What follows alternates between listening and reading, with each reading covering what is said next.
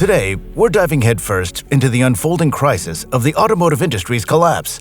Now let's waste no time and jump straight into how and why this crash has already begun, the key stats and numbers driving it, and the signs you'll see in your own neighborhood dealerships long before they file for bankruptcy. Stick around, because we'll also discuss some of the biggest red flags happening right now, ones that could signal a deeper collapse is on the horizon.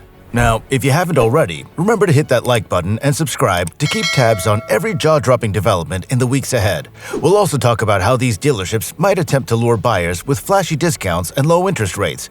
But are those deals worth it, or are they just a trap? Let's find out. First things first, inventory. Right now, brand new vehicles are stacking up all across the country. Why? Because supply has far exceeded demand. The automotive industry ramped up production at a time when interest rates were low and consumer confidence was high. But as soon as those interest rates shot through the roof, coupled with rising inflation and tighter lending requirements, car buyers vanished overnight. We're already seeing it.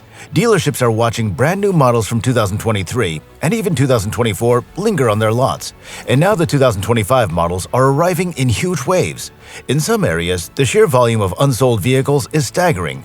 Lots of brand new Broncos collecting dust, brand new pickups with astronomical MSRPs, and entire sections of a lot dedicated to EVs that simply aren't moving. As you listen on, I'll share specific numbers on these rising inventories, production cutbacks, and the drastic measures automakers are taking to curb their losses.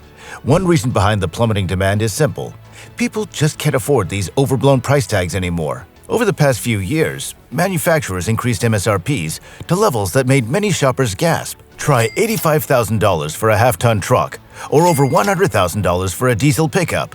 Even more modestly sized vehicles have soared to shocking prices. Mid-sized pickups, once hovering near 50 or 60 grand, have ballooned to the $70,000 or even $80,000 range. Interest rates are the next culprit, and let's not downplay how devastating they are to buyers' wallets.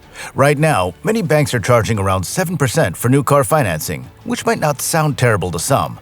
But it adds up fast when you're financing a vehicle well into the $70,000, $80,000, or $90,000 bracket. And if you're looking on the used car side, prepare to see rates in the double digits. An interest rate of 10% to 12% on a used vehicle is the norm in far too many places, driving monthly payments into territory that few average Americans can handle. Now keep listening, because soon I'll break down how this interest rate fiasco actually makes some new cars cheaper over the entire loan term than used ones, which is a mind-blowing twist on how the market traditionally works. Now, combine these inflated prices and soaring interest rates with the next big factor: banks slamming on the lending brakes. We're seeing rejections of auto loans at a clip we haven't witnessed since the 2008-2009 recession.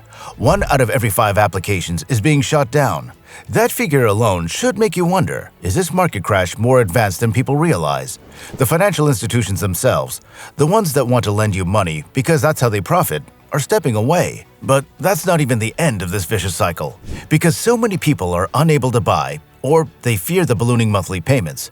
Dealership lots are left overflowing. Dealerships have to pay what's known as flooring costs, effectively a compound interest each month on every unsold car. The longer a vehicle sits, the more it costs them. Multiply that by hundreds of vehicles, and it's easy to see why so many dealerships are hemorrhaging money. So how do they try to solve that? By pushing big discounts and incentivized interest rates. In theory, those should lure in buyers. But you'd be surprised how often they don't help. Let's shift gears to a particularly hot-button topic: electric vehicles. Remember when EVs were touted as the unstoppable wave of the future? Turns out that wave is receding quickly. Certain upstart EV brands have lost over half of their market share in just 1 year, suffering huge hits on their stock prices. Meanwhile, legacy automakers that invested billions into electric lineups are stuck with rows of brand new EVs that they can't sell, even with giant rebates and interest rate promotions. All of this chaos in the new car space has a knock-on effect on the used car market. Because new cars aren't selling, the old supply and demand equation is flipped upside down. People who might normally go for a used car aren't exactly eager to pay 11 or 12% interest, and wholesale prices have sunk to nearly 20% in some segments. Don't go anywhere, because soon I'll explain how to gauge your own local market, identifying the signals that a dealership is about to slash prices below invoice or even declare bankruptcy. One particularly alarming detail: We've seen the highest number of auto loan accounts more than 30 days past due since the 2008-2009 recession. Delinquencies and repossessions are absolutely crucial to watch because they reveal how tapped out people truly are. When folks can't make payments on the car they need to get to work, it's a glaring sign that budgets are strained to the breaking point. Yet despite all this, some dealerships are still clinging to the old ways. They're throwing market adjustments or additional dealer markups on vehicles that nobody wants to pay full price for, let alone a markup. They must be delusional, or they're counting on a potential government bailout. History shows the automotive industry has received big bailouts in the past, so some players, especially the ones refusing to budge on price, might be hoping for another windfall. But let's be honest, waiting for a bailout that may never come is a risky roll of the dice. In the meantime, we have certain manufacturers known for discounting that are actually leading the pack with smaller losses in market share. Why? Because discounting is already a part of their DNA. They know how to sweeten deals enough to move inventory, perhaps not at a profit, but enough to keep the lifeblood of the dealership pumping. Whether it's a $6,000 discount combined with a 0% interest offer, or big factory rebates stacked on top of dealership discounts, these tactics move metal. But is that enough to stave off an even deeper crisis? Probably not for everyone. So let's get crystal clear on what a 2025 car market crash looks like. People love to fantasize about snatching an $80,000 truck for $30,000, but that's likely wishful thinking. Realistically, before a dealership closes its doors and hands back all the inventory to the automaker, you might see deals of 10 to 15% below invoice. If invoice on a $50,000 ride is, say, $44,000, a truly desperate dealership might drop down to $38,000 or $40,000. That's effectively them losing money on the sale, but it may be enough to recoup some cash and stay afloat a little longer, maybe even build some goodwill with local shoppers. And let's not forget the brand-on-brand drama. There are rumors swirling that certain struggling Japanese automakers might be bought out by competitors just to survive. Some international brands are also shutting down production lines, cutting staff, or planning to axe entire nameplates. When a company sees a 50% drop in share value or experiences a massive stock crash, it's forced to restructure quickly or face extinction. Stellantis, for example, manages 14 different brands. Now, does all this doom and gloom mean that you should refuse to buy a car? Not necessarily. There's some really interesting dynamics at play. For instance, vehicles in the $30,000 to $40,000 range tend to move more reliably. These smaller trucks, compact SUVs, and sedans are more feasible for average earners, so they sell. And ironically, some new models might cost less in total interest over a 72-month loan than a used model that's only a few $1,000s cheaper, but has a much higher APR. If you're a savvy shopper, you can find pockets of opportunity. You just have to do the math. Full-size SUVs, Expeditions, Yukons, Tahoes are hitting eye-popping prices.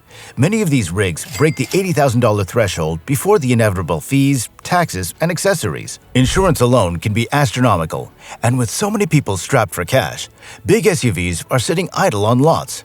If large family haulers don't sell, it's another sign that consumers are getting priced out of multiple product segments. But keep an eye out for the moment those discounts swell. Remember, the big question is, which dealerships will cut their losses and discount heavily, and which will go bankrupt trying to hold prices up? Let's pivot back to Toyota, a brand that has long been synonymous with reliability and strong resale value. Yet even Toyota is struggling to keep its new lines moving. The redesigned Tacoma, Tundra, and Land Cruiser have all faced mixed receptions. Some fans balk at the smaller displacement engines, while others balk at the lofty price tags. A brand once known for bulletproof V8s now has a complex twin-turbo V6 under the hood, or a turbocharged four-cylinder hybrid. And while Toyota reaps the benefits of carbon credits from these moves, the trucks themselves might not be as compelling to local buyers, especially when they cost significantly more than their older, more reliable counterparts did. If Toyota is not immune to this slump, who is? We also see that in the used market for these once sought-after Toyota trucks. They're lingering, and used interest rates make them impractical for many. So that begs the question, are people waiting for deeper drops? Possibly. Before I wrap up, I want to reiterate that the data doesn't lie. Repossessions are up over 23%. The average new car payment is over $760 a month, and the average used car payment is over $525. Insurance premiums have skyrocketed, some doubling or tripling, especially in states with higher risk factors. Meanwhile, household budgets have been hammered by the cost of groceries, rising utility bills, and credit card debt that now averages around $7,200 per household. Let me give you one final scenario. A brand new truck at $92,000, financed for 72 months at 7% interest, plus around 7% in sales tax. When you add up that principal, interest, and fees, you're looking at $120,000 out of pocket after 6 years. That's a mind-blowing sum for a depreciating asset. And consider the risk of job layoffs, rising insurance, and potential mechanical issues down the line. It's no wonder Americans are pulling away from these deals in droves. So here's the bottom line. The car market crash of 2025 is well underway, though it might not look like the half-price blowout many are hoping for. More realistically, you'll see deep invoice cuts and massive manufacturer incentives. Some dealerships will adapt, taking losses on many units to survive. Others will cling to old habits and fold entirely. And if you're keen, you can potentially grab a fantastic deal at the right time. The key is watching for local signs of desperation, extended lot times, back-to-back discounted sales events, or managers pulling out all the stops, like combining multiple rebates and special financing. Thank you for sticking around to explore the ins and outs of this looming 2025 car market crash. I really appreciate everyone who listened this far. If you haven't already, please show your support by liking and subscribing. Together, we'll watch this market evolve or unravel in real time. Thanks again for tuning in, and until next time, stay sharp, stay informed, and stay ready.